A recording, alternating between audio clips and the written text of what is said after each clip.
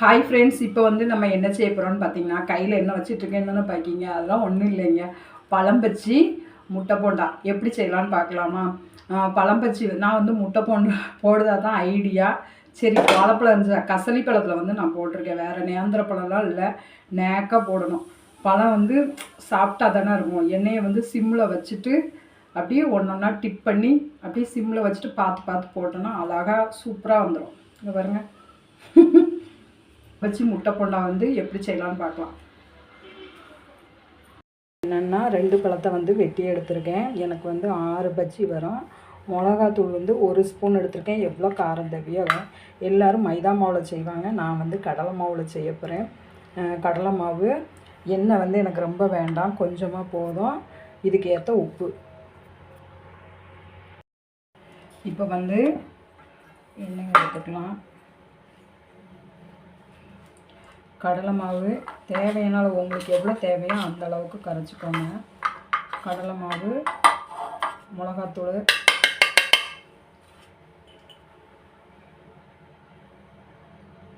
உப்பு கொஞ்சம் போல், உப்பு எவ்வளோன்னு பார்த்து போட்டுக்கோங்க.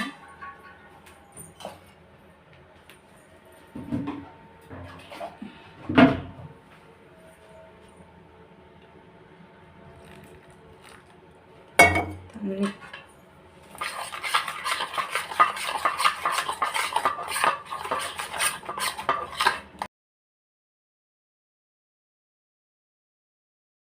பழம் முக்குனா இப்படி வரணும். டிப் பண்ணி போடுற அளவுக்கு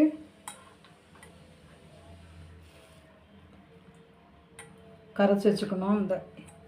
இந்த அளவுக்கு பழம் முக்குனா இந்த அளவுக்கு கரைச்சி வச்சுக்கணும்.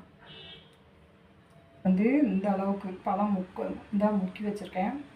இந்த அளவுக்கு வந்து டிப் பண்ணுற அளவுக்கு வந்து கொஞ்சம் ரொம்ப தண்ணி இல்லாமல் கரைச்சி எடுத்துக்கோங்க. இப்போ பார்த்திங்கன்னா சட்டி நல்லா காஞ்சிருச்சு. எனக்கு வந்து எண்ணெய் வந்து நான் ரொம்ப யூஸ் பண்ண மாட்டேன், அதனால் கம்மியாக இது அளவுக்கு எடுத்திருக்கேன். 100 எண்ணெய் இருக்கும்னு நினைக்கிறேன்.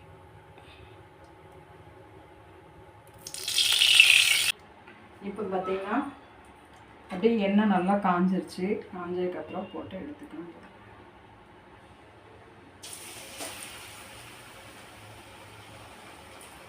எல்லாம் மைதா மாவில் செய்வாங்க, நான் வந்து முட்டை போண்டா போட்டேனா சரி முட்டை போண்டா போட்டோம், இதையும் செய்வோமே அப்படின்னு சொல்லிட்டு பழமும் இருந்துச்சு. இந்த பழம் வந்து எல்லாம் நேந்திர பழத்தில் போடுவாங்க, நான் வந்து என்ன பழம், கசலி பழம். எங்கள் ஊரில் கசலி பழம்பாங்க, எங்கள் ஊரில் கசலி பழம்பாங்க, அங்கே கேரளாவில் தான் நேந்திர பழம் போடுவாங்க. சரி இன்னைக்கு செய்வோமேன்னு சொல்லிட்டு செஞ்சுட்டேன். நான் வந்து என்ன வந்து ரொம்ப யூஸ் பண்ண மாட்டேன், எப்படி செய்யணும்னு பாருங்க. சிம்மில் தான் வச்சுருக்கேன், நான் ரொம்ப கரிஞ்சிரும். வேகணும். மாவு வெந்துட்டுனா பழம் வந்து அப்படியே லைட்டானாலும் திப்பாயிரும்.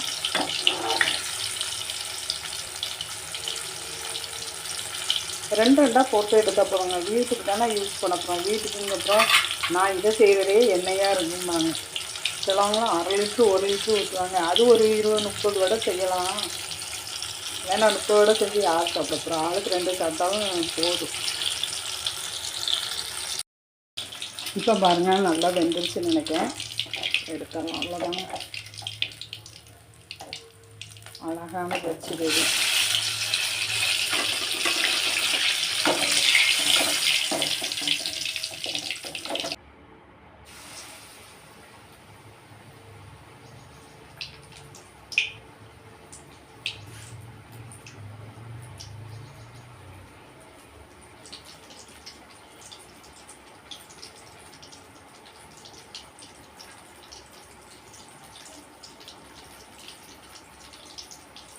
நாலு பழத்தையும் ஒட்டுக்காக போட்டுட்டேன். ஏன்னா லைட்டாக ஃப்ரை ஆனால் போதும், மாவு மட்டும் மேலே வேகணும்.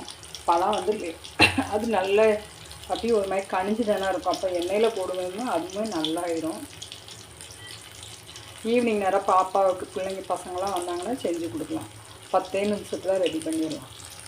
இப்போ பார்த்திங்கன்னா பஜ்ஜி ரெடி ஆகிட்டு, அவ்வளோதான். ஈஸியாக 10 நிமிஷத்தில் பாப்பா எல்லாத்துக்கும் செஞ்சு கொடுத்துடலாம். பார்த்திங்கன்னா 3 முட்டையை வந்து 2ஆக கீறி 6 பீஸாக வச்சுருக்கேன். எண்ணெய் வந்து எனக்கு கம்மியாக போதும். இது வந்து கரைச்சி வச்சுட்டேன், நல்லா மிக்ஸ் பண்ணி வச்சுட்டேன். வாங்க எப்படி செய்யலான்னு பார்க்கலாம். பார்த்திங்கன்னா அதே அளவுக்கு தான் எண்ணெய் எடுத்துருக்கேன். இப்போ வந்து எண்ணெய் காஞ்சிருச்சு, நம்ம டிப் பண்ணி போடலாம். இப்போ பார்த்திங்கன்னா மாவு வந்து இந்த அளவுக்கு தோசை ஊற்றுவோம்ல அந்த அளவுக்கு, அதோடையும் கட்டியாக இருக்குது. நல்லா கட்டியாக கரைச்சா தான் போண்டா வந்து நல்லா வரும்.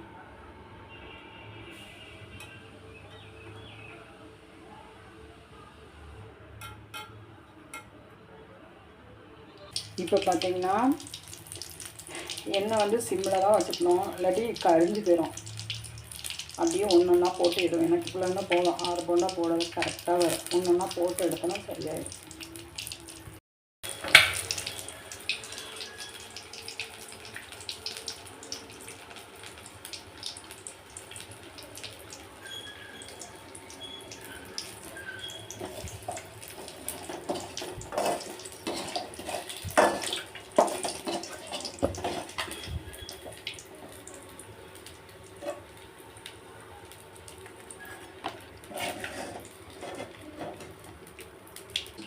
எடுத்து போட்டாச்சு. அதான் ஹோம்மேடு முட்டை போண்டாக்கு வந்து எண்ணெய் கொஞ்சம் நிறைய ஊற்றணும்னு நினைக்கிறேன்.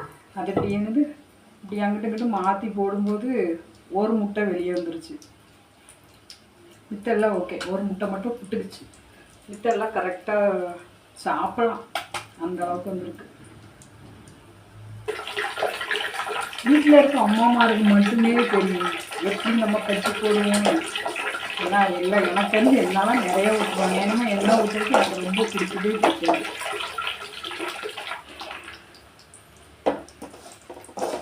சூப்பரான சுவையான பழம்பச்சி முட்டை போண்டா ரெடி. வாங்க சாப்பிடலாம். நீங்களும் செஞ்சு பாருங்கள். செஞ்சு பார்த்துட்டு எப்படி இருக்குன்னு சொல்லுங்கள். நம்மளாம் இவ்வளோ பாப்பா தம்பி எல்லாம் வீட்டுக்கு வரும்போது ஸ்கூல் விட்டு வரும்போது ஒரு 10 நிமிஷம் தான் ஆகும். 10 நிமிஷம். நான் வீடியோ எடுக்கனால எனக்கு 1 hour ஆகும். நான் எடுத்தேன்னு நினைக்கிறேன், வீடியோலாம் எடுக்கலைன்னா எனக்கு 10 நிமிஷம் தான் ஆகும். முட்டையை மட்டும் வேக வச்சு எடுத்துட்டோன்னா போதும். பழம் இருந்ததுன்னா சூப்பராக இருக்குங்க. அப்படி போடும்போதே ஒன்று சாப்பிட்டுட்டேன்.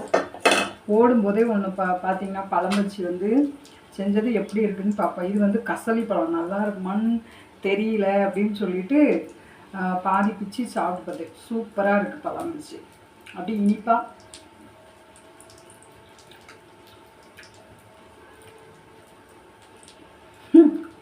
நல்லா இருக்குங்க. நீங்களும் செஞ்சு பார்த்து கமெண்டில் சொல்லுங்கள். என்னோட வீடியோஸ் பிடிச்சிருந்தனா லைக் பண்ணுங்க.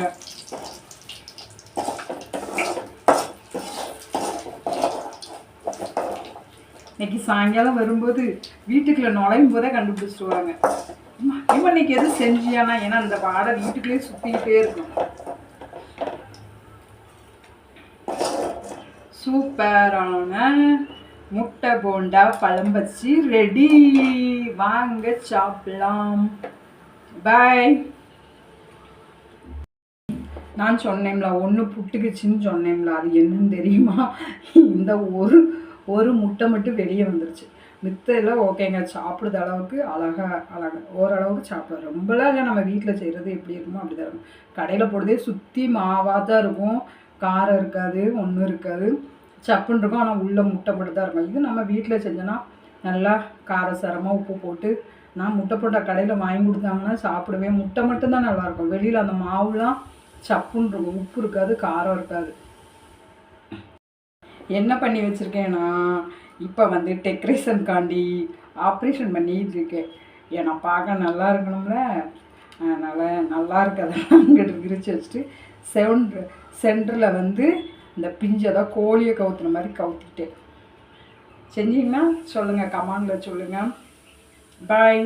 அடுத்த வீடியோவில் பார்க்கலாம். என் வீடியோ பாருங்கள், ஷேர் பண்ணுங்கள், கமெண்ட் பண்ணுங்கள்.